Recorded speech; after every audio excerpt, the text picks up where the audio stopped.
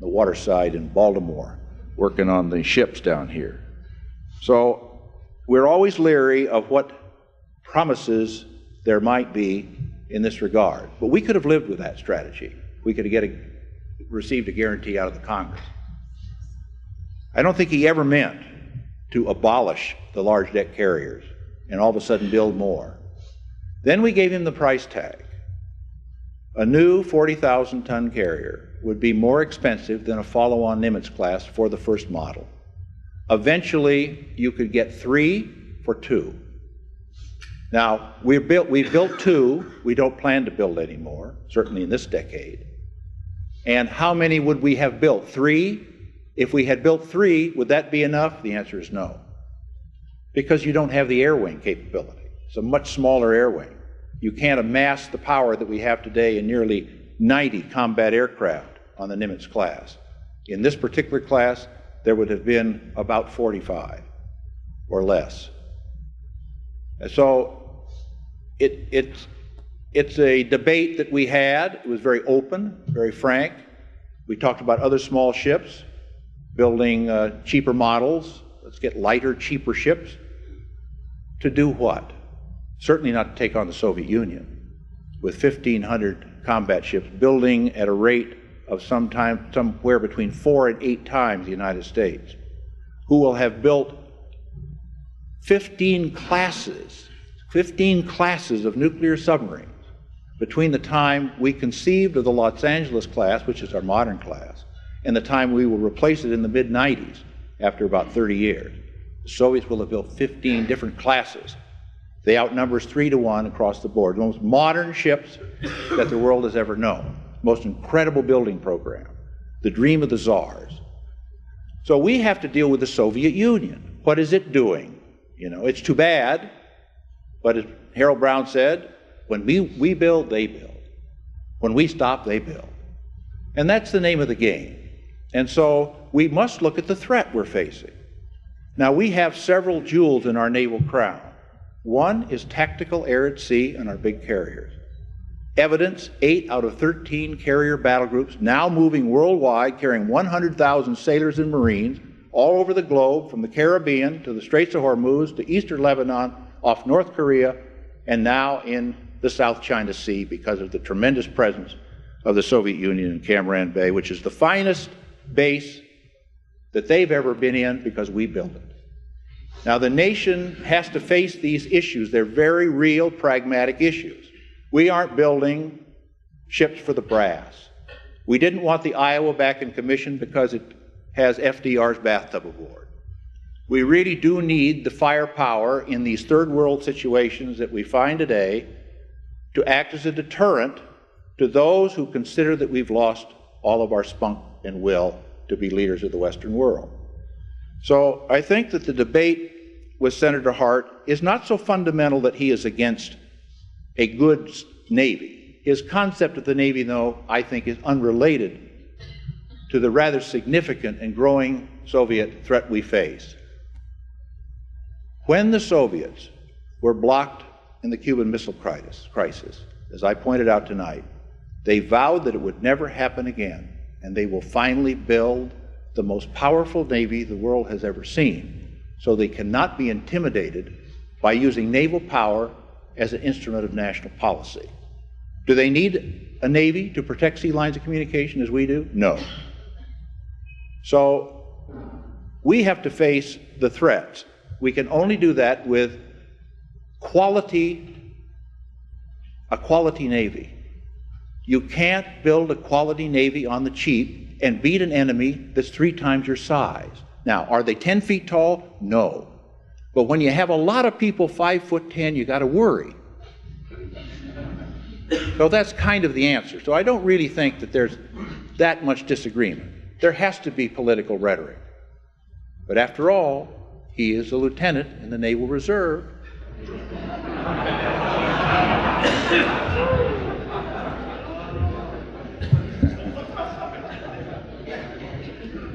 Yes, ma'am, in the center. Admiral, I wonder if you saw in the recent issue of Newsweek, Edson Spencer, Chairman and Chief Executive Officer of Honeywell Incorporated, recommending a program he calls Tactical Zero, that the United NATO allies and U.S. should offer to remove all tactical short-range nuclear weapons from Europe and return them to this country. Second, we should offer to destroy these weapons and all other tactical nuclear weapons in U.S. and NATO arsenals and give complete access to the Soviet Union for verification. And he goes ahead and elaborates on this. He wants it mutual, of course, but I wondered what your reaction is to this proposal. Well, I applaud if it sounds like the President's program, which is a zero option in the intermediate range nuclear forces. That's exactly what the President proposed the Soviet Union. You have none, we'll have none. We'll destroy what we have and get them out of there. Soviets aren't going to buy that. They finally got down to the point where they would offer the equivalent of the UK and the French missiles, about 140 or so, as an option, which is another ludicrous option. We cannot negotiate away another nation's national prerogatives. So it all tracks very nicely. We find nuclear weapons extremely distasteful. Unfortunately, they are here. They are with us. Now we have to deal with it.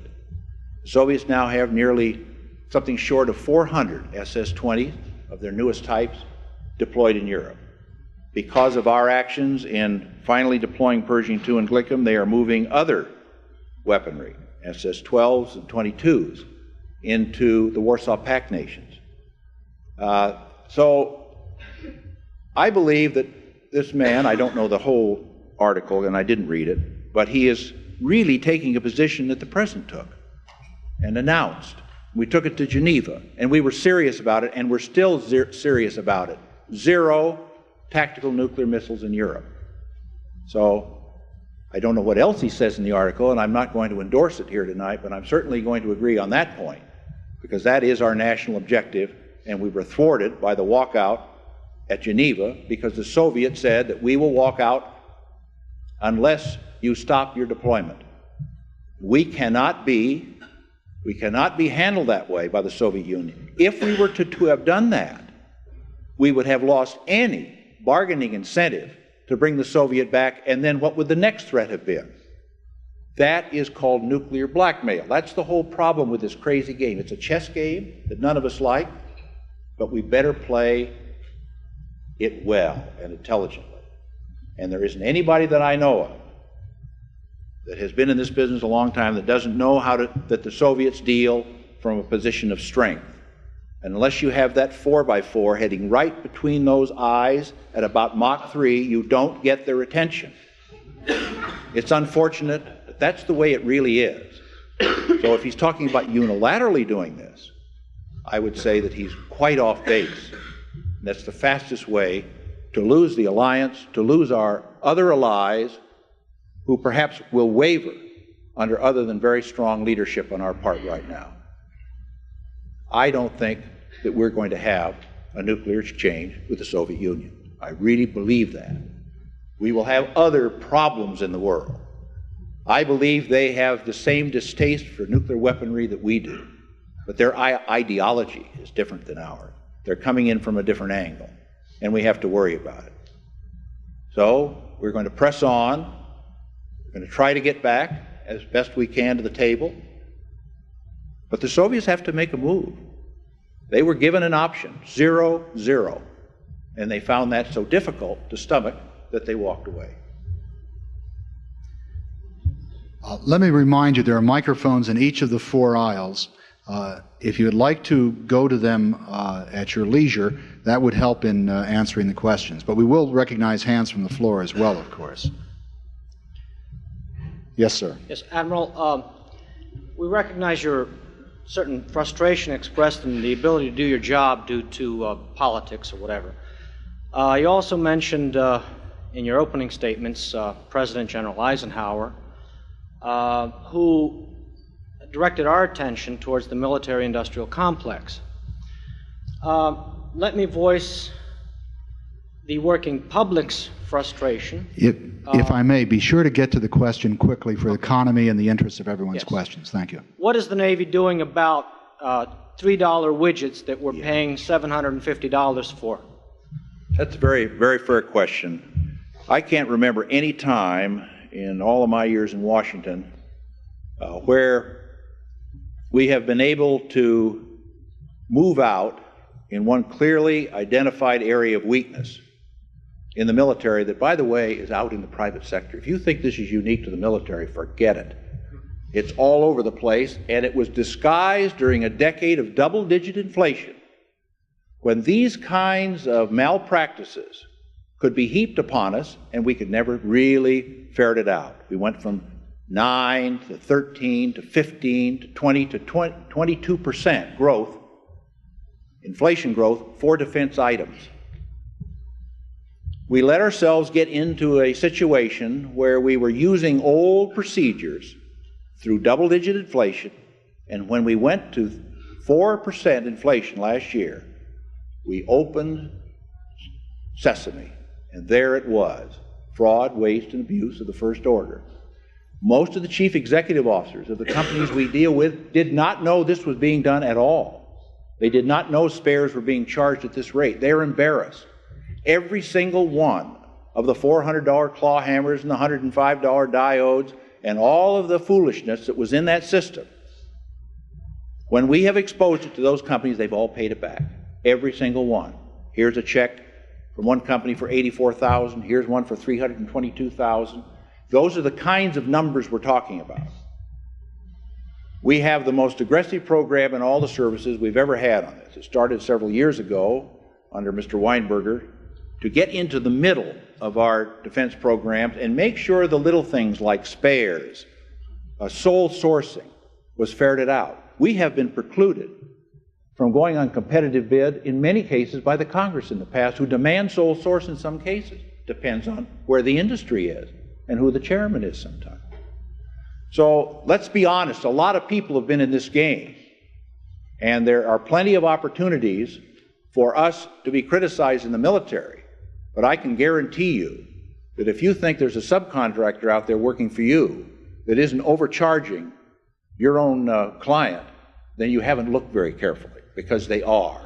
And you've got to look at those rates, you've got to watch everything like a hawk, and at a time when we were cutting back in the quality assurance and the special supervisory and oversight groups, audit services and the like, that we did in that decade because the manpower was being cut back to manage the military forces in detente and after Vietnam.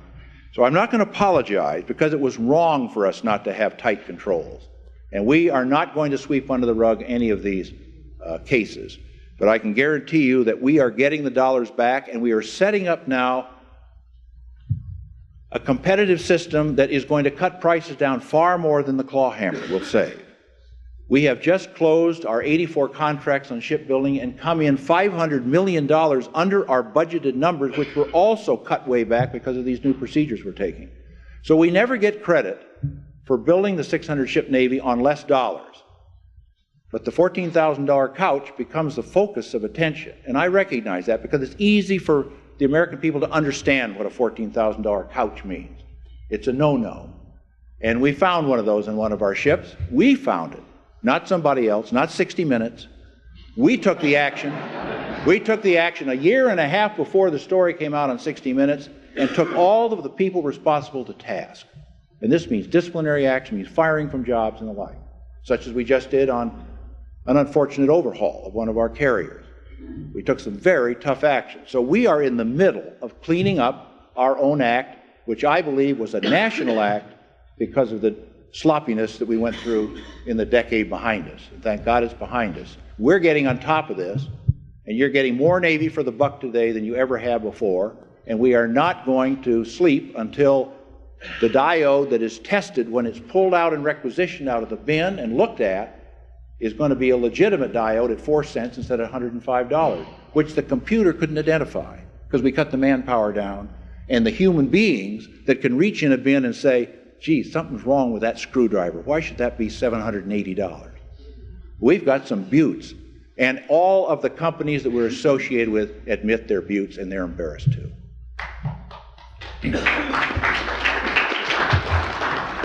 Yes, sir. Without the War Powers Act, what should our mission have been invested on? Whose side would we have been on?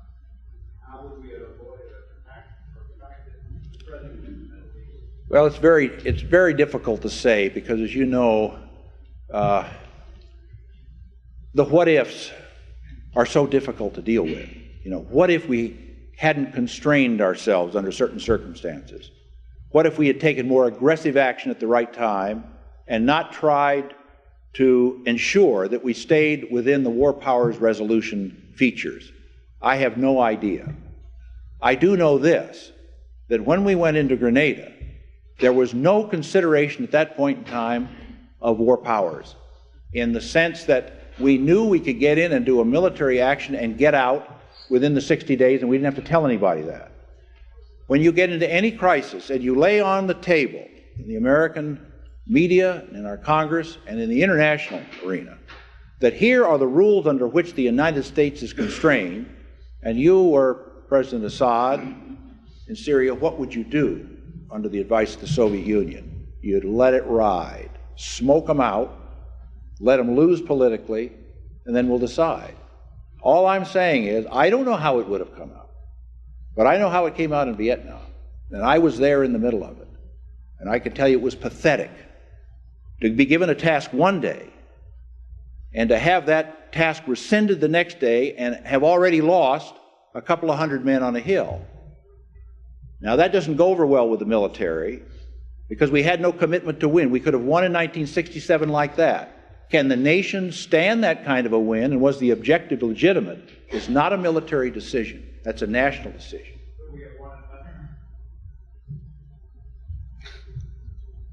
I think the answer is yes. By winning, if you mean by winning, continue the effort to bring a reconciliation government into being and not have it overwhelmed by Syria, the answer, in my opinion, is yes. Would we have solved all the problems in the Middle East? Absolutely no. There was a fragile chance when the President made the decision to go back in. It was a serious question, and it was argued bitterly on both sides. And he made the decision when he went back in after the Arafat extraction out of Beirut to go back in, because who else would help the fledgling government try to get its feet on the ground in a democratic way? What other nation in the world would do it? We were involved, been involved for years in Lebanon. It was our fifth or sixth opportunity to put Marines ashore there. We always seem to be putting Marines ashore there. So it seemed like another opportunity to try once again to see if we could bring some order out of that incredible chaos in that war-torn land. It's not a bad high ground objective. Now, when you say, can you do it, Mr. President? Is this really the right thing to do? You begin to get bogged down in the bureaucracy and the lessons learned of past experiences. But I think it was the right decision to make at the time, to give it a try, when asked by the new president there, who had just been duly elected, to pull his government together and try to make it work. And I think it was a legitimate thing to try. Then as time went on, just as it did in Vietnam, you remember, we incrementally moved along, making decisions that all seemed to be right. And then at the last minute, somehow it all began to turn. We were not ready for international terrorism. We're ready to fight another kind of a battle. We thought we were in there at close friendship with a variety of Lebanese sects, Druze, Shiite, them all. We were living right with them. They seemed to be friendly to us. Then things began to go awry politically. Politically, we did not have the strength to drive what should have happened. Now do you pull out? Well, that's the question. Do you send the signal then to bring the quick demise of the fledgling government? So these are the kind of decisions you wrestle with. And you bring in the best minds you've got to play the game and work the problems. But militarily, I'll have to say that we were constrained at critical points, at critical times. And it was very, very obvious to Assad and to his other backers. And this makes it extremely difficult to have any credible foreign policy under those circumstances when you get to the bargaining table in Damascus or in Beirut to try to hammer out an agreement. Wait them out. That's the answer. That is the way of doing business over there. And we know that's the way of doing business, and that seems like a difficult set of chains to wrap around the leadership here. Yes, sir. I'd like to hear your comments on the Karg Island and the possible Straits of Hormuz mining, and your opinion on what NATO can and will do, and whether we have the forces actually What NATO will do? What NATO can and will do in that respect? I don't see NATO doing anything in that particular scenario. I see other nations that are NATO members of the alliance, UK, France, United States, cooperative Persian Gulf nations, perhaps Australia. They will all help. But it will be done on a national basis and on a nation-to-nation basis, generally bilaterally between us, and it will not be done under the alliance context. Now, as you know, there was an announcement that seemed to have been verified by Lloyd's of London that the Greek oiler that was hit about 70 miles south of Karg Island was really hit by an exocet from a Super 8-ton dart flying out of Iraq. We don't have any more confirming information there one way or the other. The crew was not hurt. The ship is still afloat.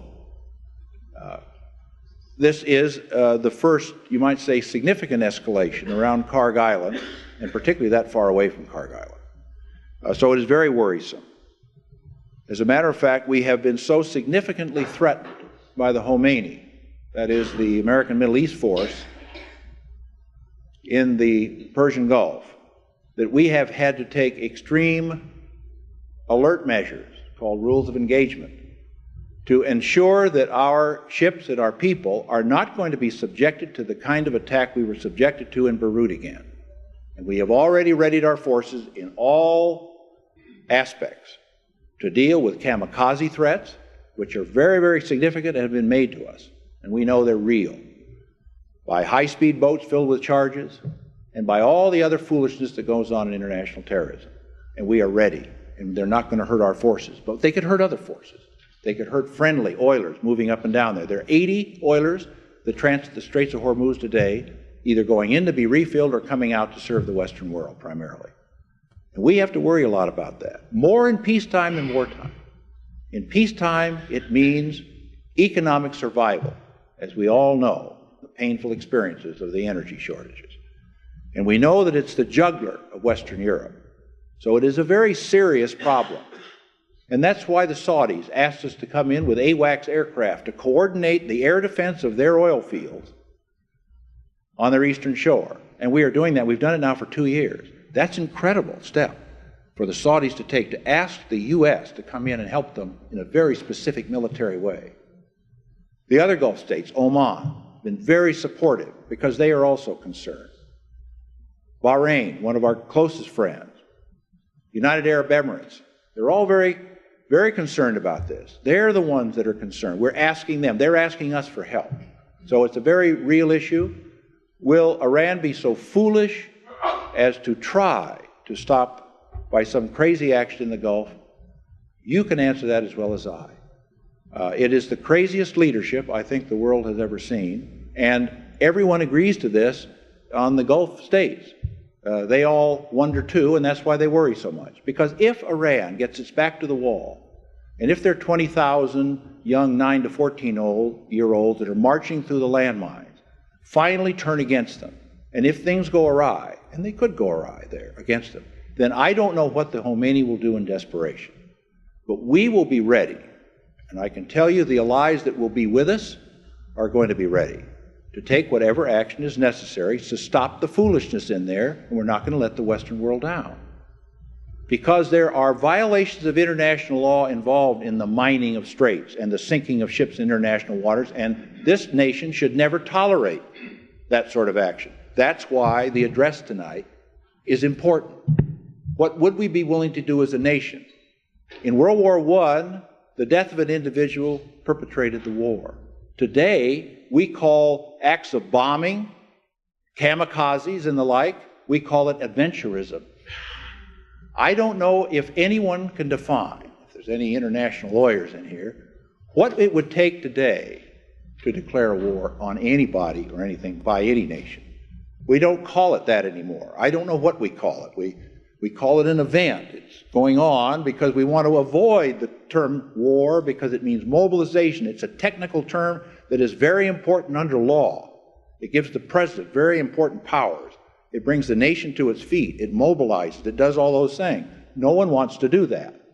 All right, I understand that. But how do you deal with these acts of violence that many years ago would have been clearly acts of war that the United States would never have tolerated in its entire history? That's what we're dealing with. Good question, very important. We will be able to do our job there, but again, it will raise serious question as what are the pundits going to say?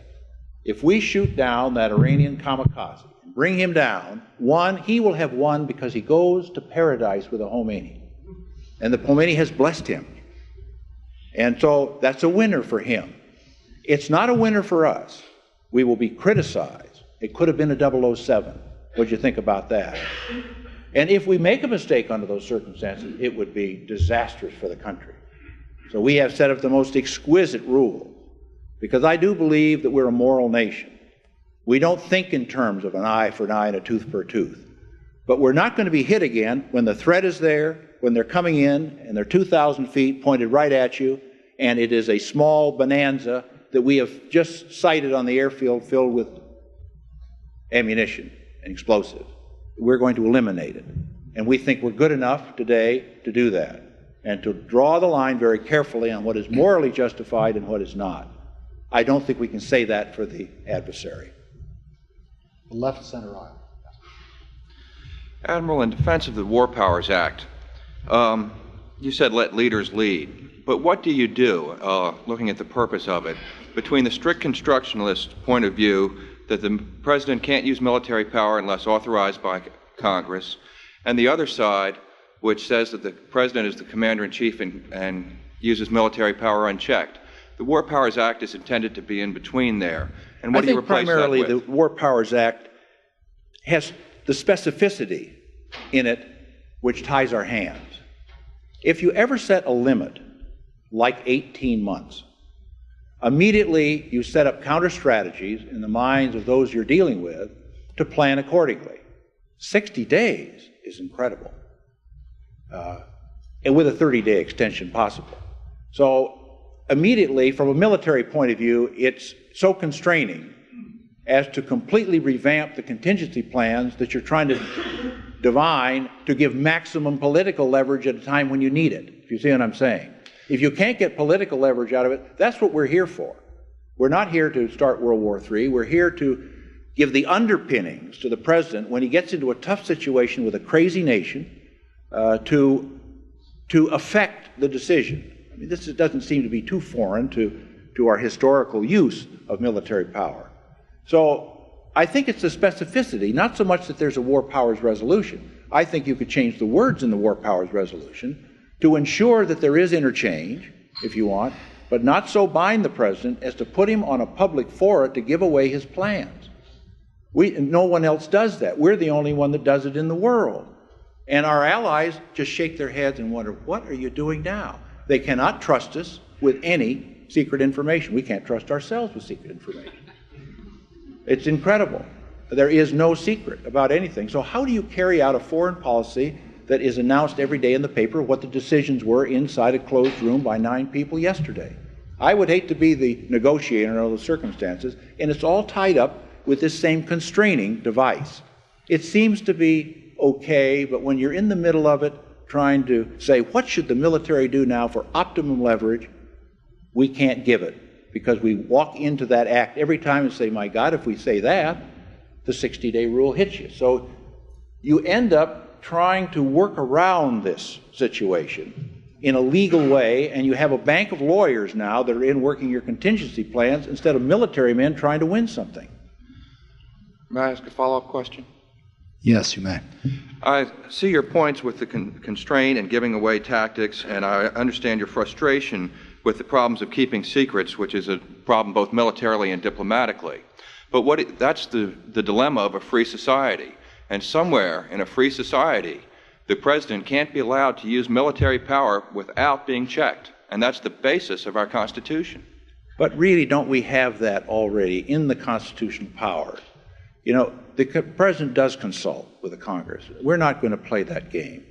The question is do you give him preconceived conditions under law do have an election process here. They're supposed to pick a president that has the capability and the potential to exercise his authority under the Constitution in a responsible way. That's why we vote him in.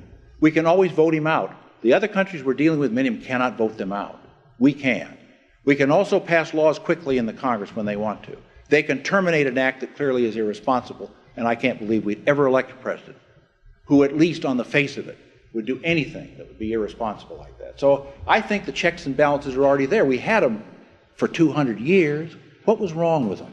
Vietnam is the experience to change that. Let's don't use Vietnam as an example for anything. Mr. DeShawn. Thank you. Admiral, I'm a veteran of the Vietnam War. And I would beg to differ with you that we want to put that debris and move it away. There's hundreds of thousands of veterans without jobs. There's casualties that are not being taken care of by this government. So I beg to differ with you on that. We're not even being taught our foreign policy in Vietnam in our high schools. I think it should be brought out. The new book that was General Vesey ordered, written on strategy, fully puts the blame of the failure of Vietnam on the top political leaders of this country, not on the combat troops. I have a question about the... I agree with all that, so we're not on a different wavelength. Please don't relate my use of the word debris to people. I have too many of my very closest friends that were killed in that unfortunate event. The debris is not the people. The debris is the process that defeated us in Vietnam. So it's the debris of no commitment to win, no national spirit that this was something that the nation wanted to get behind. That's the debris. I'm heading up our own Navy MIA group, and I continue it to be in a very active way, very sensitive to this issue. So I'm on your side, so I want to understand. Make sure everybody here knows that. Sorry. My question is, I was in combat intelligence in the Marine Corps, and after the butchery in Beirut, the initial stories coming out were that there was an intelligence failure getting the hardcore intelligence to the Marines in the field, and there was no interpretation, the lack of an ability to interpret the intelligence. We also had that same type of incident with the Mayaguez incident. I'm asking you to elaborate on those intelligence failures. I would not want to put it completely on intelligence. Let me put it on a mindset in this country that finds terrorism so foreign to our way of thinking that, frankly, we weren't ready for it. We're not ready as a nation for it, how to deal with it, particularly from a military point of view.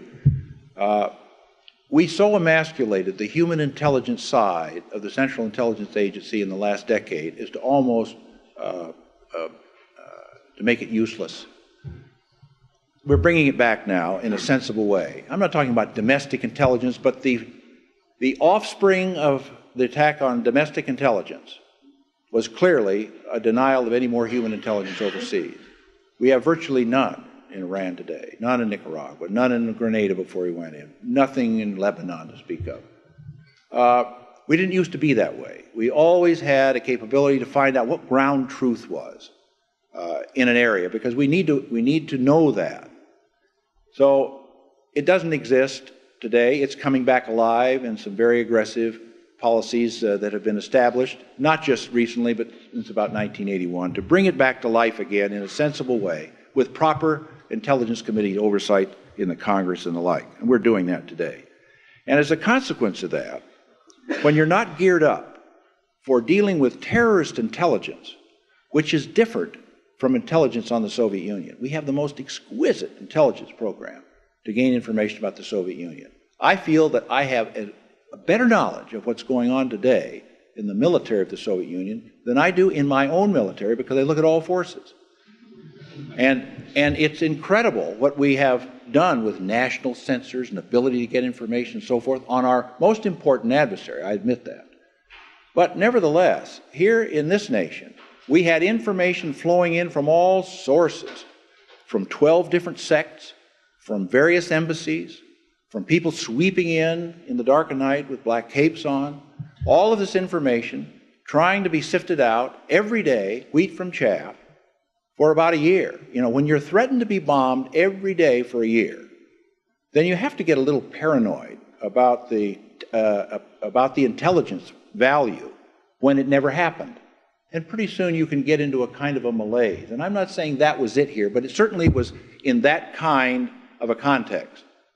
I had my own staff, after 23 October, go back and take 3 months of all intelligence sources, working with the CIA, National Security Agency, and others, to piece together what we could have done had we had 24-hour, round-the-clock, full-time fusion of tactical intelligence against terrorists.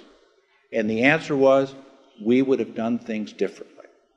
So what I'm saying is you have to gear up as a matter of national policy. Are you going to deal with international terrorism in a new way? One, you need intelligence, and you need exquisite intelligence for us, because we will not take callous action in the event we think something's going to happen. We must know, we must prove it to ourselves, we must debate that with the proper leadership in the Congress and say that's what we're going to do. Eliminate that because we have all of the essential elements that tell us it's morally justifiable to do that. We haven't built that system. We're building it today.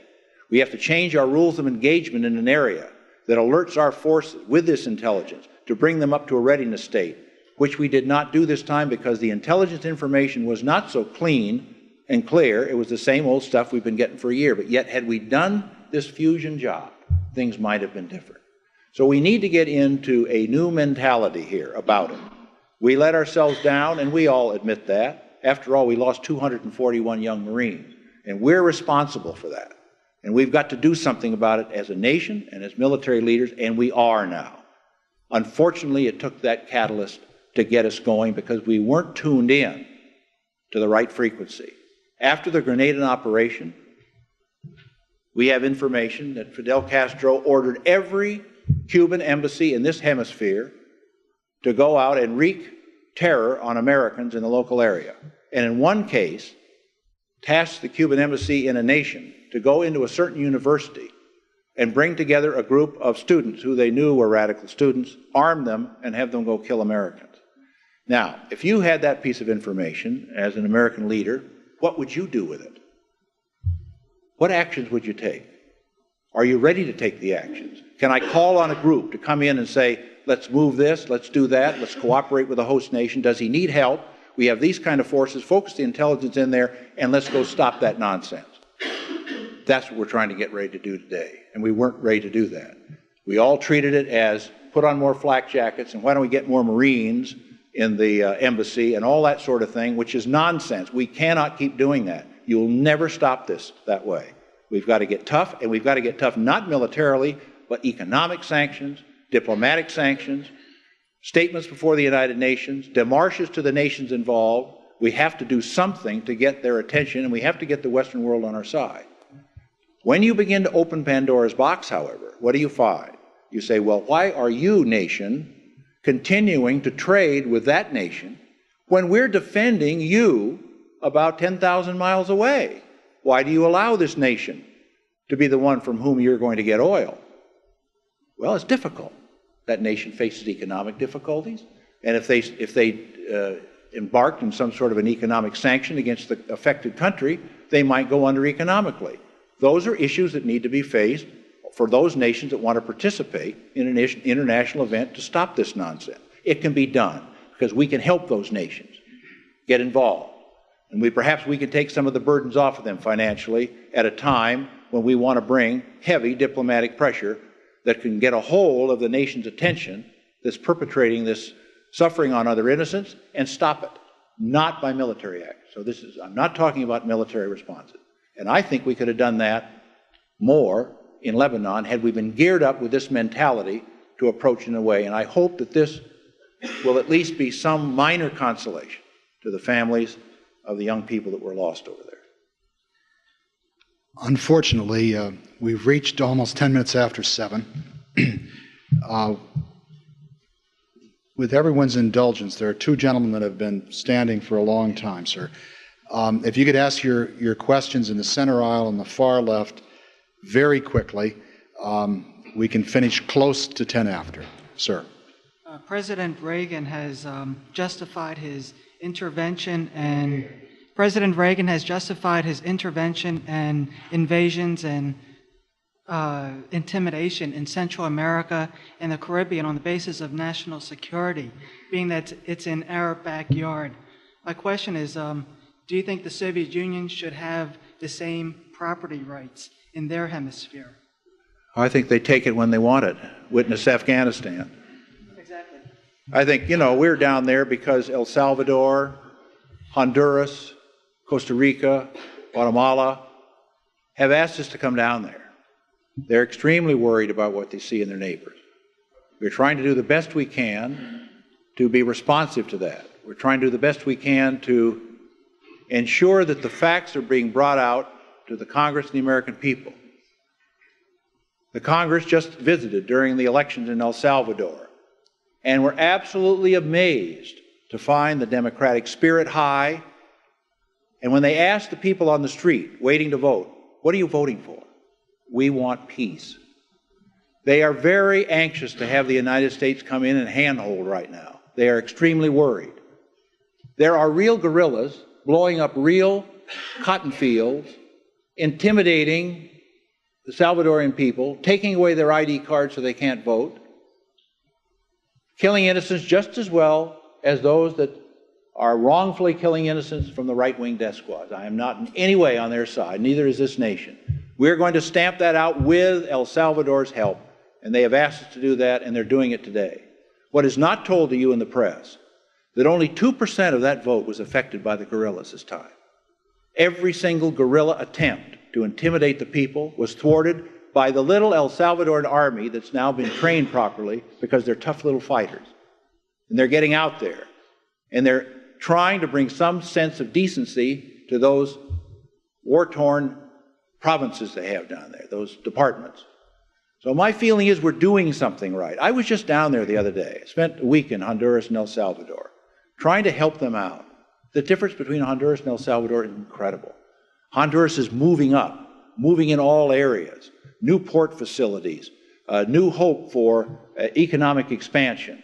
They think they might have found a tongue of oil down in their region. Some of the great oil companies here are going down to do some exploration for them. There are all kinds of things going. It's an exciting country. It's a country with a president who wants us there very badly, and the people obviously show it that they do. They're worried to death about the Marxist-Leninist regime in Nicaragua. So what is our role? I think it's legitimate to be down there under those circumstances. There are oppositions to this policy, obviously, and I understand that. No more Vietnams. We're in that kind of a mode. But let's ask the people of El Salvador and Honduras. You must go down there and talk to them yourself, not read the Washington Post.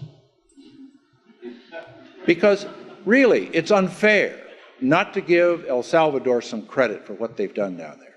They've gotten themselves into a posture now where they're building self-confidence in their own ability to run the internal security aspects of their nation. And we're doing with 55 advisors. There are 3,000 Cuban advisors in Nicaragua alone, military advisors I'm talking about. We are restricted by law to 55 in El Salvador, and we're sticking to 55. But it's a hard-won thing to do. Again, we have to work around that. So we have convinced Honduras and Costa Rica and the other nations down there with us to build a regional training center for them in Honduras, and that's now going. And we're helping them do that through our exercising down there. As much of the criticism disallows that kind of action by us. It says that we're down there to invade. We are not invading anybody. We are down there at the request of legitimate governments, democratic governments who want us down there doing the job. We are not imposing ourselves on them. Ask President Suazo or Magana down there, or all their people that I've just communicated with. So I think we're on the side of right, and I don't think we're pushing it any harder than this nation laws allow. And I think we can get up to a tremendous frenzy on this issue without knowing what we're talking about if we're going to read the newspaper and decide that that's truth. We ought to get into some debates with some people who really know what they're talking about the region. People that really understand, and down at the grassroots of what's going on in those two nations. I'm proud of what we're doing down there. And we may thwart another Cuba in this hemisphere, and I really believe that's very important. We did it in Grenada. We didn't have to do it in Suriname because Bouterzee threw out the Cubans the day Grenada took place because he was worried to death that we'd be down there next. We had no plans to invade Suriname, I can tell you that. And we have no plans to invade Nicaragua right now. But that doesn't mean that this nation isn't going to stand up and be counted in this hemisphere against a despot in Cuba who is speaking for the Soviet Union in this part of the world, and he is disliked by the very large majority of our Latin American friends. Their problem with us is not Cuba. That is a common enemy to the large majority in the Southern Hemisphere. Their problem with us is other issues, such as implementation of a human rights policy in the last administration, such as the Falkland Islands or Malvinas, however you want to address it, and the American position there that we took. That's very difficult for Argentina to understand, and I know that. And we have the Argentina attaché here with us tonight, who was a friend of mine. We are very close to that country militarily. We know them, and we want to get back together again. We're working on that with the new democratic regime. So I think that all of this frenzy is brought to a head by people who want to destroy our own system that's now in office. I really believe that. I think it's too bad. I don't think it's orchestrated. It just comes out that way because that's our mentality. If it's not bad, it's not newsworthy. So when you work on that principle, and we're looking for another Watergate that may not be there, then we've got our own mindset that we should turn around. Perhaps there are some good things the country is doing. I happen to think so. We'll have one very last question, sir. During that Falklands War, there was some discussion that the use of anti-ship missiles launched from land and the use of anti-aircraft missiles launched from land was going to change the use of naval forces and going to change their design. I wonder if you would have some comment about that, about our plans for the next 10 years. I think the answer is quickly no, it will not. Every change in technology brings about a counter-technology. The Soviets have had land-based Styx missiles for 25 years. We know how to deal with these missiles. It is not of great concern to us. That is, we built the technology to get us in a posture where we can live in the environment of the Falkland Islands and survive very nicely. We have a totally different concept than the British had in the employment of their forces in the region, for example. So while it's of concern, it is not going to change naval warfare as long as we keep our technology flowing and we don't sell it to the Soviet Union faster than we produce it ourselves. It's